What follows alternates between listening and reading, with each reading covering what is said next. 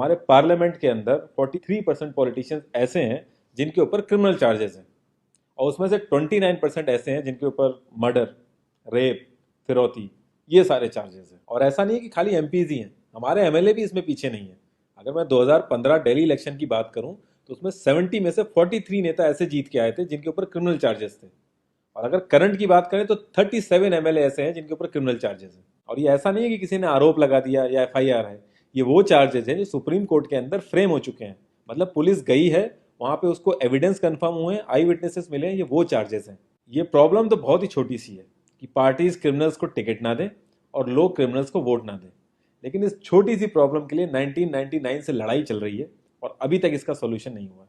1999 में association for democratic reform, जिसे ADR नाम से ज्यादा जानते हैं लोग, इन्होंने जो भी क्रिमिनल्स हैं पॉलिटिक्स में, इनके लिए एक पीआईएल डाली दिल्ली हाई कोर्ट में, और दिल्ली हाई कोर्ट ने उसको एक्सेप्ट भी कर लिया। जब दिल्ली हाई कोर्ट ने ये पीआईएल एक्सेप्ट की थी तो ये चीज़ वहीं ख़त्म हो गई थी। ये जो नेता जिन्हें हम जिता के लाते हैं ना, ये सब लोगों ने मिल के उस पीआईएल के अगेंस्ट में सुप्रीम कोर्ट में अपील कर दी। जब सुप्रीम कोर्ट से भी इनकी अपील खारिज हो गई तो हमें वो देखने को मिला जो हमने कभी नहीं देखा था, ये सारी पार्टियां एक हो गई।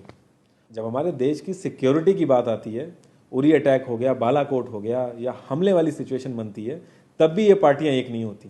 लेकिन इस चीज़ के लिए ये सारी पार्टियां एक हो गई थी, और ये सारी चीज़ें एक ही जगह आके फंस जाती हैं। इंडिया के कानून के हिसाब से जब तक किसी भी आदमी के ऊपर फाइनल जजमेंट नहीं आता तब तक वो बेकसूर है, और उसी चीज़ का फायदा उठता है। अगर कोई आईएएस पीसीएस की तैयारी कर रहा है और उसके ऊपर क्रिमिनल चार्जेस हैं तो उसे ऑफर लेटर नहीं मिलेगा। यहाँ तक कि क्लर्क की जॉब के लिए उसको दिक्कत आ जाएगी। लाखों कैदी ऐसे हैं जिन पर अभी जजमेंट नहीं आया है, जो अंडर ट्रायल है, उनको जेल में डाल रखा है।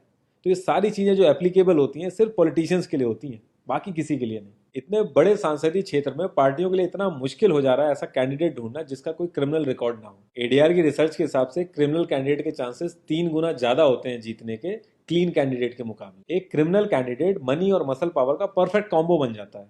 पार्टी के लिए फंडिंग इकट्ठी करनी हो, self financing, black money, campaigning के लिए फाइनेंस इकट्ठा करना हो, हर एक चीज में माहिर होते हैं। इसलिए पॉलिटिकल पार्टीज की ये पहली पसंद बन जाती है। पहले लोग इतनी डिमांड में नहीं थे, पहले वही भीड़ इकट्ठी करना, बूथ कैप्चरिंग, इन्हीं सब चीज़ों तक ये लोग लिमिटेड थे। लेकिन ये जैसे से इनकी वर्सेटैलिटी बढ़ती गई, ये पॉलिटिकल पार्टीज की पहली पसंद बनते गए। यार पार्टीज की मजबूरी तो समझ में आती है, लेकिन कास्ट और सिस्टम फेलियर की वजह से लोगों की भी मजबूरी बन जाती है इनको वोट देना। आज की डेट में यार एफआईआर करने के लिए भी आपको जुगाड़ की जरूरत होती है, लेकिन वहीं अगर आप अपनी कास्ट वाले नेता के पास जाओगे तो आपका काम हो जाएगा। थोड़ा बहुत आपका हिसाब किताब देखेगा, आपका काम कर देगा वो। तो ये जो सिस्टम कमजोर है, ये मजबूर करता है लोगों को इन लोगों को वोट देने के लिए, और ये लोग पूरा ध्यान रखते हैं कि ये सिस्टम कभी स्ट्रांग ना हो। अगर तुम क्लोजली ऑब्जर्व करो तो हर नेता यही तो समझाने की कोशिश कर रहा है कि सिस्टम सारा खराब है, सिस्टम में ये कमियां हैं, और मैं तुम्हें इस सिस्टम से बचा लूंगा। और गरीबों के हक के लिए लड़ते लड़ते लड़ते वो खुद अमीर हो जाता है। यार जीतने का एक सुपर हिट फॉर्मूला है, एक एरिया डिसाइड करो, उस एरिया की कास्ट कैलकुलेशन कर लो, जो कास्ट मेजोरिटी में है उसका रॉबिन हुड टाइप या एक बाहुबली टाइप एक नेता खड़ा कर दो। जो सिस्टम काम नहीं कर पा रहा है वो काम तुम करने लगो, लोग तुम्हें वोट देने लगेंगे।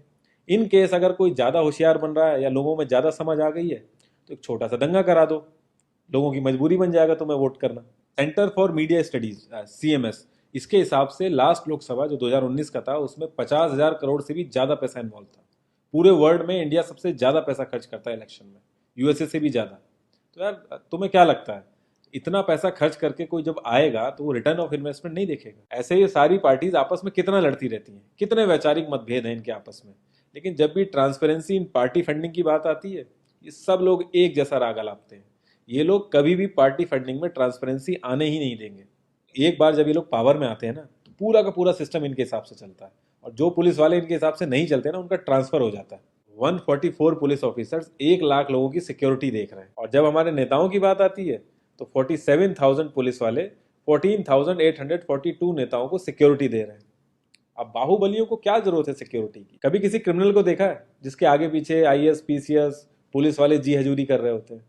बहुत ही वर्स्ट सीन होता है वो। हर साल रिपोर्ट्स आती हैं कि 75% से भी ज्यादा लोगों को पुलिस पे भरोसा ही नहीं है। इंडिया एक इकलौती ऐसी जगह है जहां पे पुलिस को देख के इंसान सेफ फील करने की बजाय डरता है। एक 15 साल के बच्चे तक को पता है कि आईपीएल में सट्टा लगाने के लिए किसके पास जाना है, लेकिन हमारी पुलिस को नहीं पता।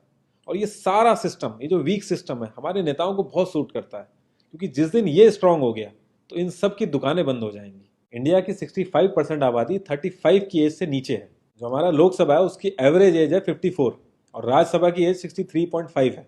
एक दो केस अगर छोड़ दें तो आम आदमी के लिए पॉलिटिक्स में घुसने का रास्ता नहीं है। अगर आप गूगल पे सर्च करोगे ना टॉप 10 यंग पॉलिटिशियंस, तो एक भी नाम उसमें ऐसा नहीं होगा जिसका कोई फैमिली से पॉलिटिकल कनेक्शन ना हो। आज़ादी के बाद से 0.5% से भी कम पॉलिटिशियंस ने अपने बच्चों को आर्मी में भेजा है। वहां नहीं भेजते ये लोग। हम लोग इनसे मैनिफेस्टो में डिमांड ही कहाँ करते हैं। हम तो बस रिलीजियस मुद्दे देखते हैं मैनिफेस्टो में और खुश हो जाते हैं। इंडिया ने ब्रिटिश पार्लियामेंट्री सिस्टम अडेप्ट किया और उसमें एक बहुत ही इंपॉर्टेंट चीज़ है शेडो कैबिनेट, वो हमने छोड़ दी। इसके बारे में बहुत ही कम लोगों को पता है और ये लोग हमें पता लगने भी नहीं देते। तो इसमें होता यह है कि अगर मैं फाइनेंस मिनिस्ट्री का ही एग्जाम्पल लूँ तो जो भी रूलिंग पार्टी का फाइनेंस मिनिस्टर है उसके पैरेलली एक ऑपोजिशन का भी फाइनेंस मिनिस्टर असाइन हो जाएगा और जो रूलिंग पार्टी का फाइनेंस मिनिस्टर है उसकी एक्टिविटीज़ को ऑपोजिशन का फाइनेंस मिनिस्टर लोगों तक पहुंचाएगा। और इसी तरीके से हर डिपार्टमेंट में होता है और लोगों के लिए बड़ा बेनिफिशियल रहता है ये। क्योंकि एक छोटे से छोटे काम के लिए हमारे इंडिया में बहुत सारी मिनिस्ट्री इन्वॉल्व रहती हैं, तो एक्चुअल में किस नेता की गलती है पता ही नहीं चल पाता है। इस तरीके के बहुत सारे कॉन्सेप्ट हैं जो हम लोगों को पार्टी से मैनिफेस्टो में डिमांड करने चाहिए, क्योंकि हम लोग तो हमेशा मंदिरों और मस्जिदों के लिए ही लड़ते हैं। ये सारी चीज़ें एकदम से तो सही हो नहीं जाएंगी, लेकिन एक चीज़ हमारे हाथ में है कि यार हम कम से कम किसी क्रिमिनल को तो वोट ना दें। और ऐसा तो होता नहीं कि सारे के सारे लाइन से क्रिमिनल ही खड़े हो जाते हैं। हमें बस इतना करना है कि जो भी कैंडिडेट क्रिमिनल है हमें बस उसे वोट नहीं देना है, भले ही वो हमारी फेवरेट पार्टी का हो, भले ही वो हमारी कास्ट का हो। बस एक दो बार हमें ऐसे करना है, फिर इन लोगों को टिकट ही मिलना बंद हो जाएगा पार्टियों से। जितनी रिसर्च हम अपना मोबाइल फोन खरीदने में करते हैं ना, उसकी 10% रिसर्च भी अगर हमने अपने कैंडिडेट के बारे में कर ली तो ये क्रिमिनल जितने भी हैं पार्लियामेंट में नहीं दिखेंगे, ये वहीं दिखेंगे जहां इनको होना चाहिए। लास्ट में एक ही क्वेश्चन पे मैं इस कॉन्वर्सेशन को एंड करूंगा कि पॉलिटिक्स अगर समाज सेवा है तो सैलरी क्यों, और अगर नौकरी है तो एग्जाम और क्वालिफिकेशन क्यों नहीं।